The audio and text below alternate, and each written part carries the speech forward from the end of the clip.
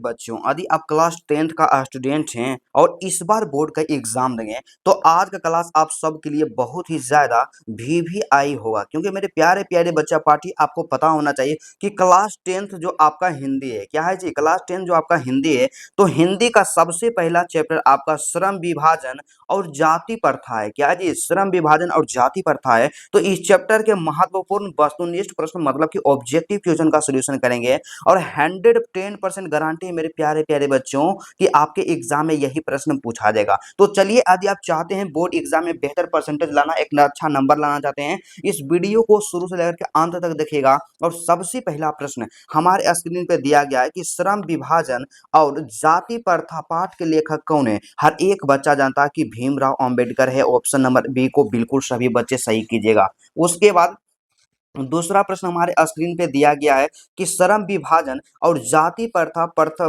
प्रथा जो है शीर्षक पाठ की विधा क्या है, मतलब श्रम विभाजन और जाति प्रथा क्या है मेरे प्यारे प्यारे बच्चों। तो इसका आंसर हो जाएगा ऑप्शन नंबर ए, श्रम विभाजन और जाति प्रथा एक निबंध है, काफी ज्यादा वायरल प्रश्न है। और मेरे प्यारे प्यारे रसगुल्लों, आप लगाते चलिएगा जी। 3 नंबर का जो प्रश्न दिया गया है कि भारत में बेरोजगारी जो है, बेरोजगारी का प्रमुख और प्रत्यक्ष कारण क्या है मेरे प्यारे प्यारे बच्चों। तो भारत में बेरोजगारी का प्रमुख और प्रत्यक्ष जो कारण है जाति प्रथा को माना जाता है। ऑप्शन नंबर सी को सभी बच्चे बिल्कुल सही कीजिएगा। और उसके बाद 4 नंबर प्रश्न का आंसर देते चलिएगा कि आधुनिक सभ्य समाज श्रम विभाजन को आवश्यक क्यों मानता है। तो आधुनिक सभ्य समाज जो है श्रम विभाजन को आवश्यक इसीलिए मानता है क्योंकि कार्यकुशलता उनको चाहिए, मतलब कार्यकुशलता के लिए आवश्यक मानता है। और मेरे प्यारे बच्चों, यदि बोर्ड एग्जाम में अब की बार 400 पार करना चाहते हैं, आप लोग चैनल को सब्सक्राइब कीजिएगा और बताइएगा कि श्रम विभाजन और जाति प्रथा बाबा साहेब के किस भाषण का संपादित अंश है। मतलब श्रम विभाजन और जाति प्रथा जो है बाबा साहेब के किस भाषण से लिया गया है।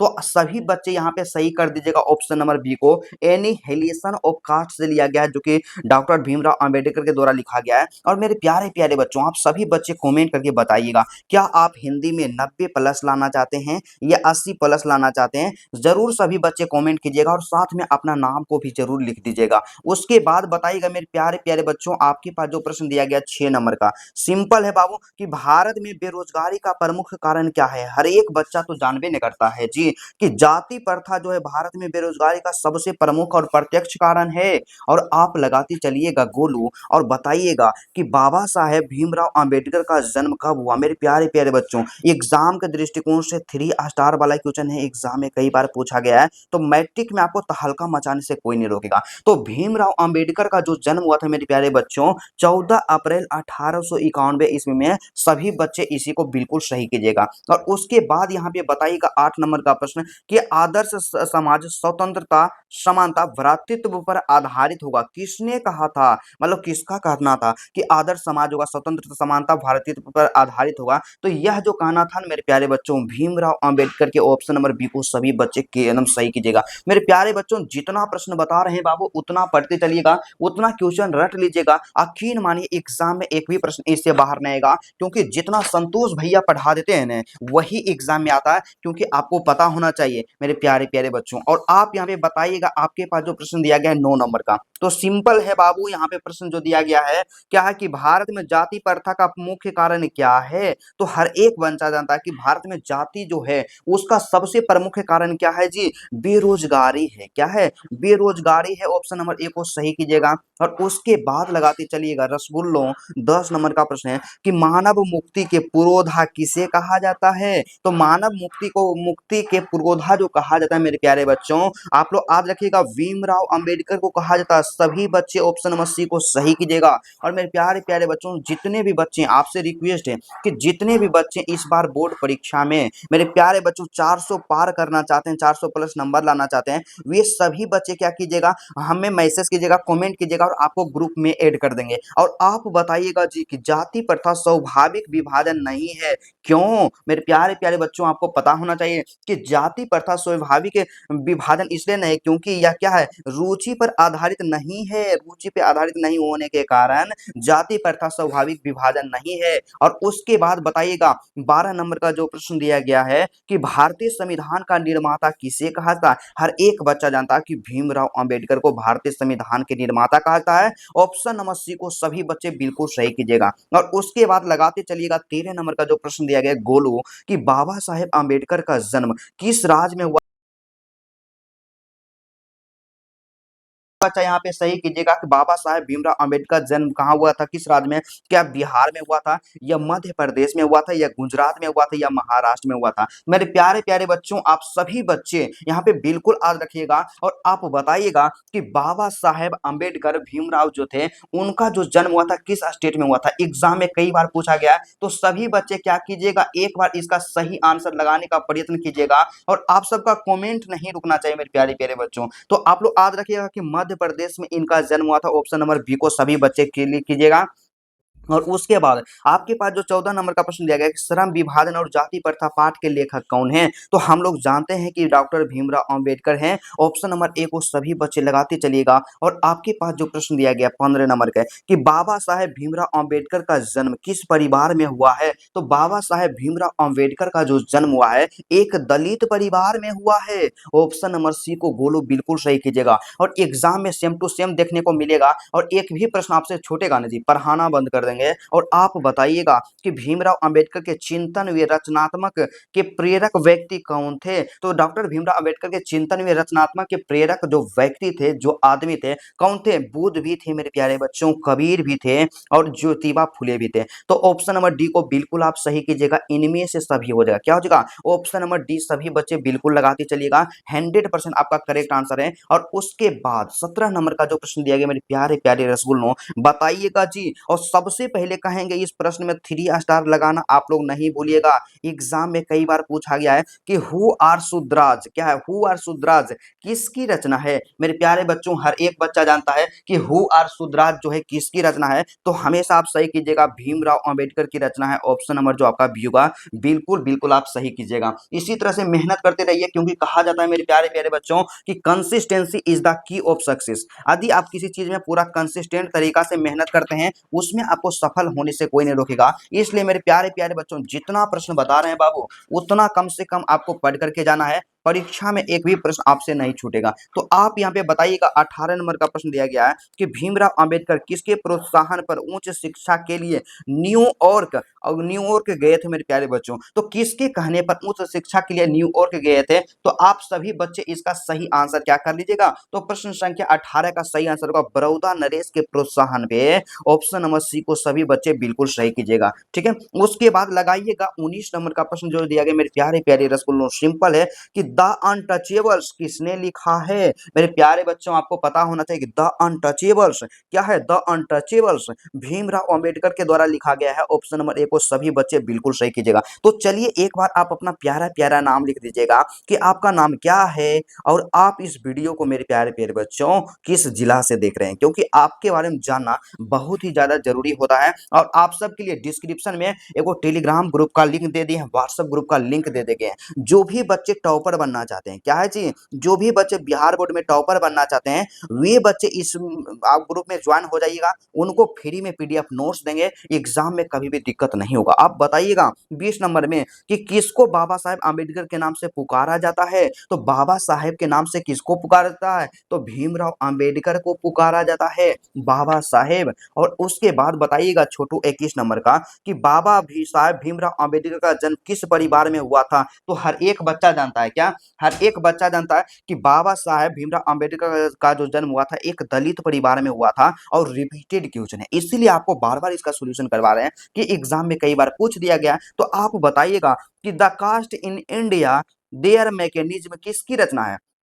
तो the caste in India their mechanism जो रचना है मेरे प्यारे बच्चों, भीमराव अंबेडकर की रचना है। ऑप्शन नंबर ए को सभी बच्चे बिल्कुल सही कीजिएगा। और इतना बताते हैं ना जी, जो पढ़ाएंगे वही परीक्षा में आएगा, क्योंकि ऑब्जेक्टिव गुरु का मतलब होता है हर क्वेश्चन का सोल्यूशन। ऑब्जेक्टिव गुरु जी का मतलब हर क्वेश्चन का सोल्यूशन। तो आप यहाँ पे बताइएगा कि भीमराव अंबेडकर उच्च शिक्षा के लिए अमेरिका और लंदन किसके सहयोग से गए थे? तो किसके सहयोग से गए थे मेरे प्यारे बच्चों? तो हमेशा याद रखिएगा कि बड़ौदा नरेश के सहयोग से उच्च शिक्षा के लिए अमेरिका अमेरिका और लंदन गए थे। ऑप्शन नंबर ए को सभी बच्चे सही कीजिएगा और लगाइएगा 24 नंबर में जी कि भीमराव अंबेडकर का जन्म किस गांव में हुआ था। मेरे प्यारे बच्चों, हम लोग जानते हैं कि भीमराव अंबेडकर का जन्म मध्य प्रदेश में हुआ था और मध्य प्रदेश के महू नामक गांव में हुआ था। ऑप्शन नंबर ए को सभी बच्चे क्लिक कीजिएगा और आप यहाँ पे बताइएगा, आपके पास जो प्रश्न दिया गया 25 नंबर का, कि अंबेडकर के माता जी का नाम क्या है। तो अंबेडकर के माता जी का जो नाम है मेरे प्यारे बच्चों, याद रखिएगा, भीमाबाई है। क्या है जी? भीमाबाई है। ऑप्शन नंबर डी को सभी बच्चे बिल्कुल सही कीजिएगा। और मेरे प्यारे बच्चों, आप बताते चलिएगा क्या क्लास करने में आपको आनंद आ रहा है कि नहीं आ रहा है, समझ आ रहा है कि नहीं आ रहा है। सभी बच्चे यहाँ पे कमेंट करके बताने का प्रयत्न जरूर कीजिएगा। और उसके बाद नेक्स्ट प्रश्न की ओर बढ़ते हैं, जो कि काफी ज्यादा खतरनाक है मेरे प्यारे प्यारे बच्चों। आपके पास जो प्रश्न दिया गया 26 नंबर का सिंपल है कि डॉक्टर अंबेडकर उच्च शिक्षा के लिए कहाँ गए। आपको नहीं पता है जी कि डॉक्टर भीमराव अंबेडकर उच्च शिक्षा के लिए न्यूयॉर्क गए थे।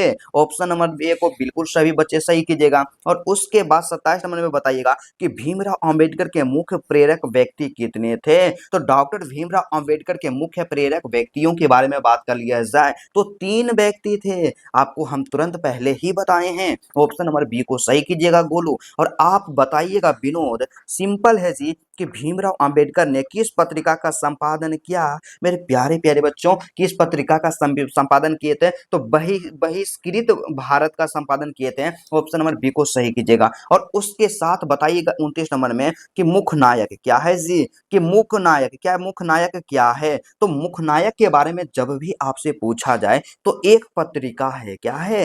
एक पत्रिका है। एकदम पूरा का पूरा रटा देंगे, क्लास में ही याद हो जाएगा। और अब बताइएगा कि भीमराव अंबेडकर की मृत्यु कब हुई। तो डॉक्टर भीमराव अंबेडकर की जो मृत्यु हो गई थी 1956 में। क्या जी? 1956 में। ऑप्शन नंबर ए को सही कीजिएगा। और बताइएगा 31 नंबर में कि डॉक्टर भीमराव अंबेडकर की मृत्यु कहाँ हुई। तो डॉक्टर भीमराव अंबेडकर की जो मृत्यु हो गई थी दिल्ली में हो गई थी। कहाँ पे? दिल्ली में हो गई थी। और उसके साथ ही साथ 32 नंबर का जो प्रश्न हमारे पास दिया गया, सिंपल है बाबू, एग्जाम में कई बार पूछे जाते हैं इस तरह का प्रश्न कि क्या है, जाति पाति तोरक मंडल सम्मेलन कहाँ हुआ था। तो जाति पाति तोरक मंडल जो सम्मेलन हुआ था कहाँ पे किया गया था? लाहौर में किया गया था, जो कि पाकिस्तान में पड़ता है।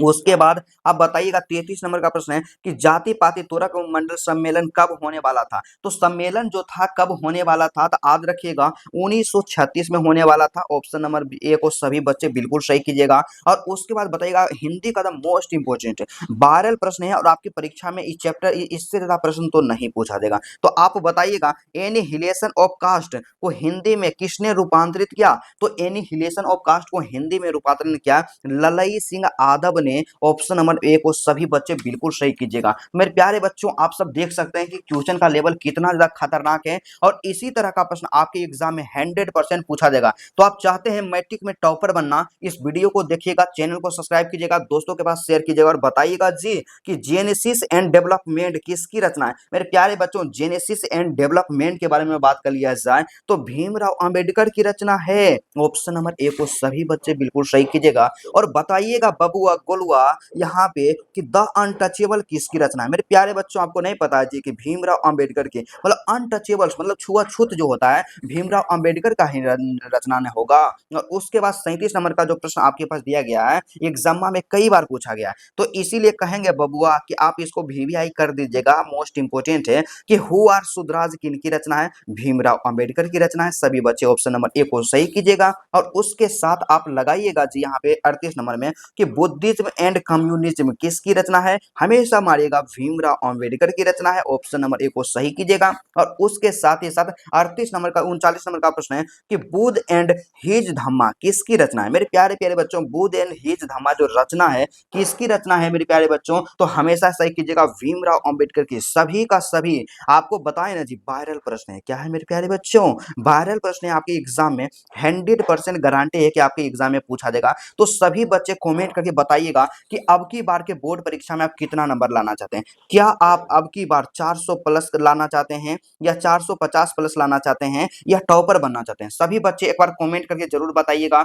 और उसके बाद आपके पास जो प्रश्न दिया गया 40 नंबर का सिंपल है कि थॉट्स ऑन लिंग्विस्टिक स्टेट्स किसकी रचना है। तो इसकी जो रचना मतलब किसकी रचना है मेरे प्यारे बच्चों, याद रखिएगा भीमराव अंबेडकर की रचना है। ऑप्शन नंबर ए को सभी बच्चे बिल्कुल सही कीजिएगा। और उसके बाद हमारे पास जो प्रश्न दिया गया सिंपल है बाबू, 41 नंबर का है कि the rise and fall of Hindu women किसकी रचना है मेरे प्यारे बच्चों? The rise and fall of Hindu women के बारे में बात करते हैं तो हमेशा मारिएगा भीमराव अंबेडकर की रचना। ऑप्शन नंबर ए को सभी बच्चे बिल्कुल सही कीजिएगा। और उसके बाद 42 नंबर का प्रश्न हमारे पास है कि एनिहिलेशन ऑफ कास्ट किसने लिखा? तो एनिहिलेशन ऑफ कास्ट के बारे में बात करते हैं, भीमराव अंबेडकर की द्वारा ही लिखा गया था। और उसके बाद 43 नंबर का जो प्रश्न आपके स्क्रीन पे दिया गया, सिंपल है बाबू, एग्जाम में इस तरह के प्रश्न कई बार पूछे जाते हैं। तो आप लोग इसका सही आंसर क्या कीजिएगा कि डॉक्टर अंबेडकर के हिंदी के कितने खंड प्रकाशित हो चुके हैं? तो कितने खंड प्रकाशित हो चुके हैं? 21 खंड प्रकाशित हो गए हैं। ऑप्शन नंबर जो आपका यहाँ से डी होगा, आप इसी को सभी बच्चे टिक कीजिएगा। और परीक्षा में जितना बता रहे हैं उतना ही आएगा। और उसके साथ ही साथ मेरे प्यारे प्यारे बच्चों, आप यहाँ पे बताइएगा गोलू, आपके पास जो प्रश्न दिया गया 44 नंबर का, तो मैट्रिक परीक्षा के लिए इंपॉर्टेंट है, बताइएगा कि अंबेडकर के अनुसार भाईचारे का वास्तविक रूप क्या है? तो डॉक्टर भीमराव अंबेडकर के अनुसार भाईचारे का जो वास्तविक रूप क्या होता है? जैसे दूध और मिश्रण की तरह होता है। क्या होता है? दूध और मिश्रण की तरह भाईचारे का वास्तविक रूप होता है। ऑप्शन नंबर ए को सभी बच्चे बिल्कुल सही कीजिएगा और 100% आपका सही होगा। एग्जाम में गलती कैसे हो जाएगा? क्योंकि ऑब्जेक्टिव गुरुजी आपके साथ हैं और ऑब्जेक्टिव गुरुजी का मतलब होता है हर क्वेश्चन का सॉल्यूशन। बताइएगा कि भाईचारे का दूसरा नाम क्या है? तो भाईचारा जो होता है ना बाबू, उसका दूसरा नाम लोकतंत्र है। क्या है? लोकतंत्र है। तो भाईचारे का दूसरा नाम क्या होता है? लोकतंत्र होता है। ऑप्शन नंबर ए को बिल्कुल सही कीजिएगा। और उसके बाद बताइएगा 46 नंबर का जो प्रश्न दिया गया है मोनू, आप बताने का प्रयास कीजिएगा कि श्रम विभाजन को कैसे समाज की आवश्यकता है? तो श्रम विभाजन जो है उसे कैसे समाज की आवश्यकता है जी? तो सभ्य समाज की आवश्यकता है। ऑप्शन नंबर ए को सही कीजिएगा विनोद। और उसके बाद खतरनाक क्वेश्चनों का सिलसिला यहाँ पे जारी है। बताइएगा कि बाबा साहेब के अनुसार आदर्श समाज किसे कहा गया है? तो बाबा साहेब के अनुसार आदर्श समाज जो कहा गया है, जिसमें समानता हो, जिसमें भाईचारा हो, जिसमें स्वतंत्रता हो। तो ऑप्शन नंबर डी को सही कीजिएगा। इनमें से सभी क्या हो जाएगा? ऑप्शन नंबर डी को बिल्कुल आप सही कीजिएगा। और उसके बाद 48 नंबर का जो प्रश्न दिया गया आपके पास, बताइएगा कि जाति प्रथा श्रम विभाजन के साथ किसका रूप ले चुका है? तो जाति प्रथा श्रम विभाजन के साथ श्रमिक विभाजन का भी रूप ले चुका है। ऑप्शन नंबर सी को बिल्कुल सही कीजिएगा। और उसके बाद बताइएगा विनोद, प्यारे प्यारे शब्दों में आंसर दीजिएगा कि जाति प्रथा क्या निर्धारित करती है? तो जाति प्रथा जो निर्धारित करती है ना बबुआ, पेशा को निर्धारित करती है। इसीलिए भीमराव अंबेडकर जाति प्रथा को समाज के सबसे बड़ा बुराई को मानते हैं और इसलिए जाति प्रथा खत्म करना चाहते हैं। और बताइएगा कि जाति प्रथा का सबसे बड़ा दोष क्या है? तो जाति प्रथा का सबसे बड़ा दोष जो है पेशे का निर्धारण करना, उसका काम का मतलब निर्धारण कर देता है कि तुम बढ़ई है ना तो लकड़िए वाला काम करेगा, तुम हलवाई है तो हलवाई वाला ही काम करेगा, वही करता है, पेशा का निर्धारण कर देता है। और आप बताइएगा कि आर्थिक पहलू से भी हानिकारक क्या है? तो आर्थिक पहलू से भी हानिकारक जाति प्रथा को ही माना जाता है। जाति प्रथा जो है मतलब यहाँ पे क्या है? आर्थिक पहलू से भी हानिकारक है। और सबसे अंतिम प्रश्न आज के क्लास का, और कितने बच्चे इसका आंसर दे पाते हैं आप लोग कमेंट में बताइएगा कि जाति प्रथा भारत में बेरोजगारी का एक खाली स्थान कारण बन चुकी है।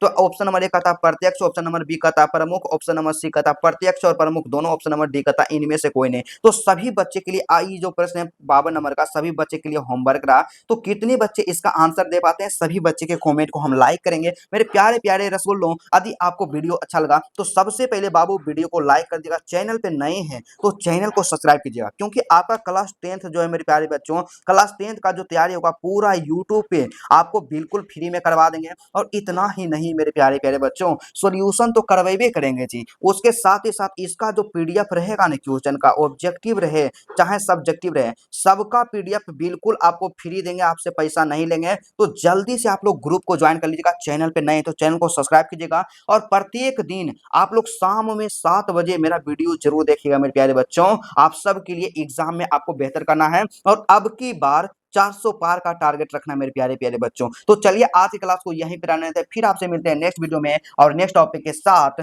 तब तक के लिए जय हिंद।